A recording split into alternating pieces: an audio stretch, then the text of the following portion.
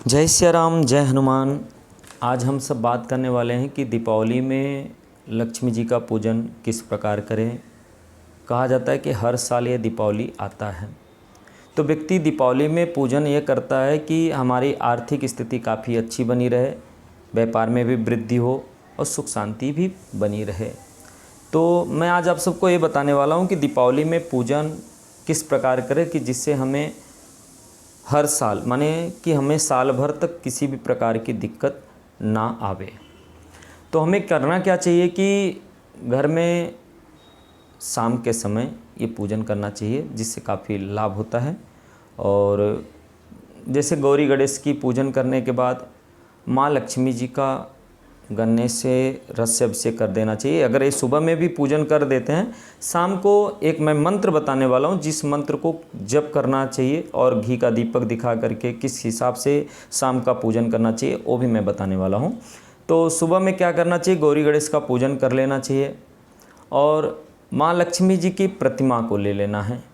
तो माँ लक्ष्मी जी की प्रतिमा को ले करके गन्ने के रस से श्री सूक्त के पाठ मंत्रों के द्वारा, श्री सूक्त मंत्रों के द्वारा 16 मंत्र होते हैं, तो 16 मंत्रों के द्वारा उनका अभिषेक करना चाहिए गन्ने के रस से।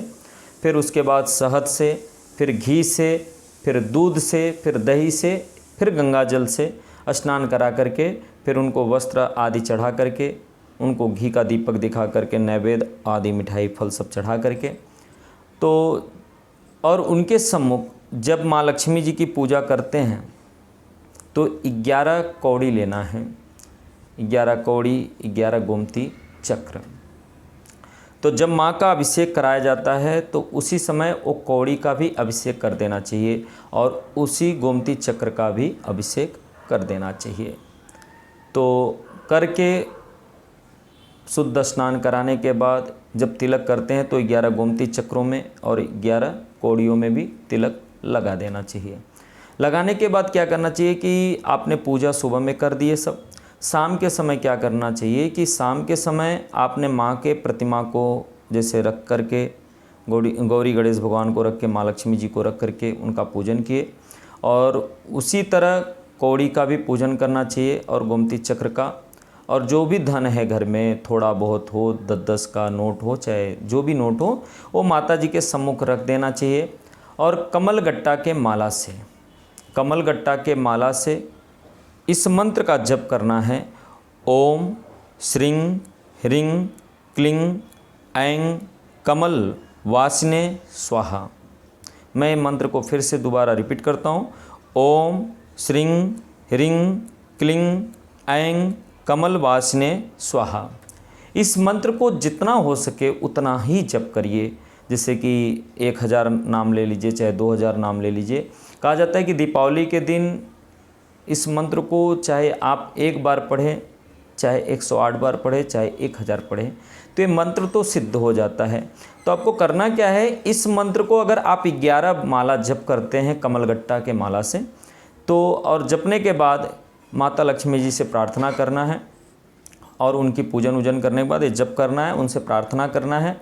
प्रार्थना करने के बाद अगर आपको बने तो 21 माला करो, चाहे 51 माला करो। जितना ही आप ज़्यादा से ज़्यादा जप करेंगे उतना ही आपको काफ़ी लाभ मिलेगा।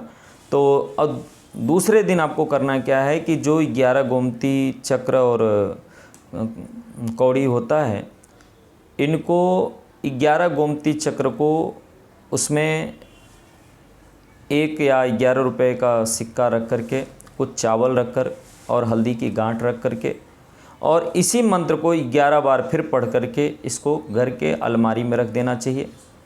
और जो कौड़ी है उसी तरह जिस प्रकार आपने गोमती चक्र का उपाय किए, उसी तरह ये कौड़ी का भी उपाय करके इसको दुकान या व्यापार या ऑफिस में कहीं भी आप इसको रख दें। और हो सके तो आप ये प्रतिदिन 1 माला जप करते हैं तो काफ़ी लाभ है, नहीं होता है तो 11 बार 21 बार इस मंत्र को जप करके अगरबत्ती दिखा दें और माता लक्ष्मी जी से प्रार्थना करें, तो आपकी आर्थिक स्थिति जल्दी खराब नहीं होगी और इससे काफ़ी आपको लाभ मिलेगा और इसी तरह पूजा करने से आपको काफ़ी लाभ की प्राप्ति होगी। मैं अपने वाणी को विराम देता हूँ। जय सिया राम, शुभ रात्रि।